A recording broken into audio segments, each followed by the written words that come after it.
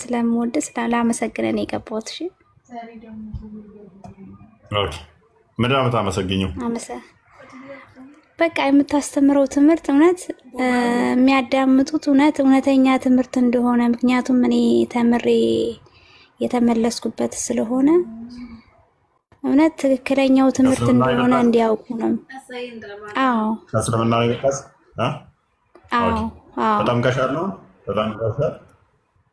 ተጠምቄ ያለው ያው ተቀባይ ነኝ፣ ይቀበላለሁ።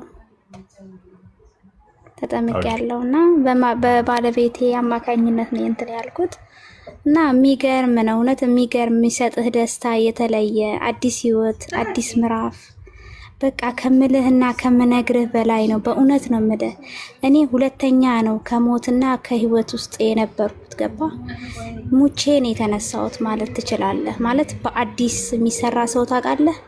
ከአዲስ ነው ህይወቴን በምዕራፍ የጀመረልኝ ክርስቶስ ማለት ነው።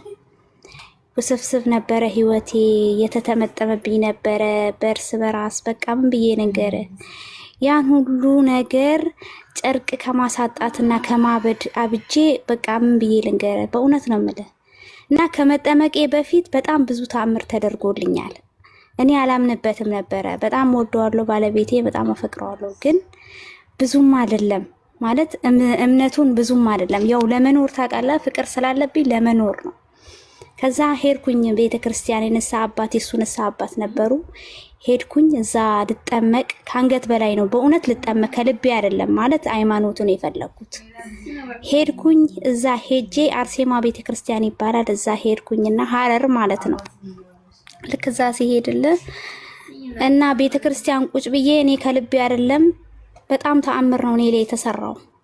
ቁጭ ባልኩበት ቦታ ነው በቃ ይሄ ነው ከዚህ ነው የመጣው አልጣ የማይባል ነገር እስስት መታ አናቴን ያዘችኝ ማለት ነው። ገባ መሀል አናቴን ያዘችኝ ከምልህ በላይ ማለት ነው። በቃ ቁልፋ በቃ ጭፍግግ አርጋ ጭንቅላቴን ያዘችኝ።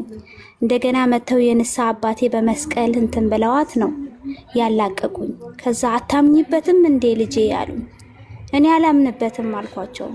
እኔ አላምንበትም ግን እሱን ስለምወደውና ስለማፈቅረው ነው። ግን አሁን ሙሉ በሙሉ አምኛለሁ ብዬ ከዛ ነው በቃ ተጀመረ ጥምቀት። አስጠመቁኝ፣ ተጠመቅኩኝ፣ ክርስትናን ህይወት ተቀበልኩ። ፈተናው ተጀመረ። በዛ ሴራ ላይ ብዙ ሴራ ነበረ። ከዛ ሴራ እግዚአብሔርም አውጣኝ እልሃለሁ እፈይና ከምልህ በላይ ነው እና እውነት እኔ እንጃ ከምገልጸው በላይ ነው። የክርስትና ሃይማኖት ከምገልጸው በላይ ነው።